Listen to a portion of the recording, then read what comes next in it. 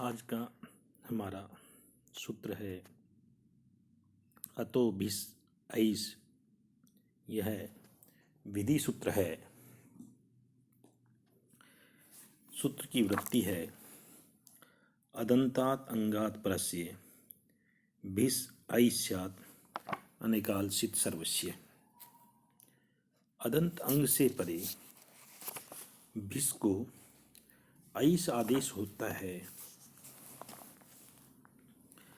तो हम इस सूत्र की व्याख्या देखेंगे।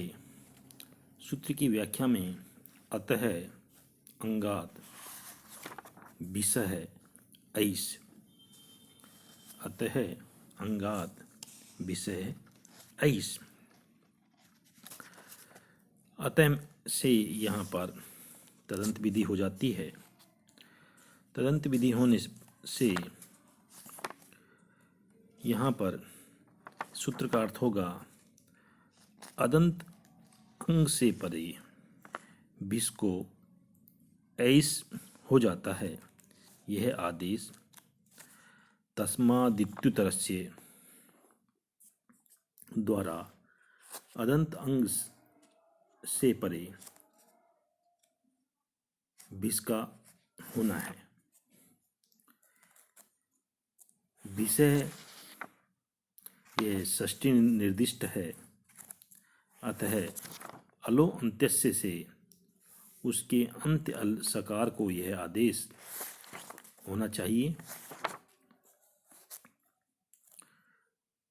पर उसके बाधक आदेह परस्य से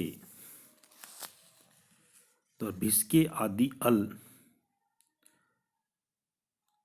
बकार को ही प्राप्त होता है। इस पर अनेकाल सित सर्वस्व के द्वारा उस सभी का बाध करके संपूर्ण भिस को ऐस आदेश हो जाता है। तो हम राम शब्द के तृतीया विभक्ति के बहुवचन में श्व जस अमोट षष्टाभ्यम भिष्गेभ्यम भ्यस आदि सूत्र से तृतीया के बहुवचन में भिस प्रत्यय लेके आए। भिस प्रत्यय लाने पर यहाँ पर राम जो ये शब्द है वो अदंत अंग है। अतः इससे परे अतो भिस ऐस, इस सूत्र से भिस के स्थान पर ऐस सर्वादेश हो जाता है। सर्वादेश होने के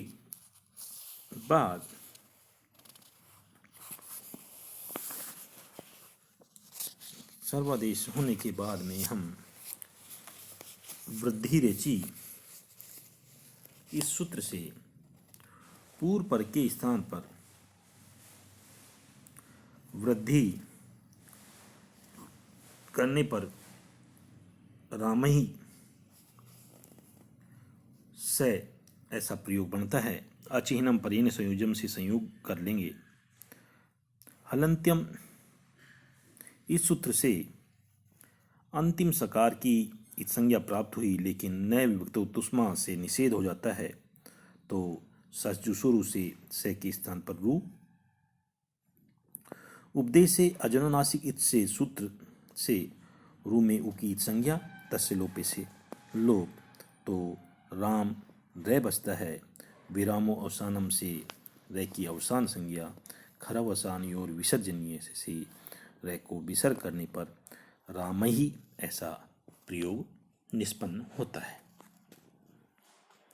अब हम अगला सूत्र देखते हैं, सूत्र का अध्ययन करते हैं। अगला सूत्र है विधि सूत्र गेर्य अतो अंगात परस्य गेर यादेश है। अदद अंग से परे गे के स्थान पर यह आदेश हो। अतः अतो भी एस से अतः पद की अनुवृत्ति लेके आए। अंगस्य को अधिकर के यहाँ अंगात पद आया, अतः अंगात, और उससे गे है गसी गसो सोच से यहाँ पूर्व रूप अर्थ होगा अतः अदंतात, अदंत अंग से परे गे के स्थान पर यह आदेश होता है। तो हम सिद्धि करेंगे। और ध्यान देने की बात है, यह सूत्र केवल चतुर्थी विभक्ति के एक वचन में ही गे के स्थान पर यह आदेश करता है। पूर्व प्रातिपदिक केवल अदंत या अकारांत जैसे राम, सर्व, ज्ञान आदि होना चाहिए, और परे प्रत्यय चतुर्थी विभक्ति का एक वचन गे होना चाहिए। तो संपूर्ण गे के स्थान पर यह आदेश होता है। रामाय चतुर्थी विभक्ति के एक वचन में अर्थवत धातु प्रत्यय प्रातिपदिकम और कृतद्धि समासाश्चय दोनों सूत्रों से राम शब्द की लौकिक अलौकिक पक्ष में प्रातिपदिक संज्ञा होती है। राम की प्रातिपदिक संज्ञा कर लेंगे। ज्ञाप प्रातिपदिकात प्रत्यय परश्चय, इन तीनों सूत्र से राम प्रातिपदिक से परे सुप प्रत्यय होता है। सुप प्रत्यय में स्व समोट षष्टाभ्यम भी सूत्र से राम शब्द के चतुर्थी विभक्ति के एक वचन में हम गे प्रत्यय लेके आते हैं। सुपय सूत्र से चतुर्थी विभक्ति का एक वचन करते हैं। द्विरेक्यो द्विवचने एक वचने सूत्र से चतुर्थी विभक्ति की बहुवचन की विवक्षा में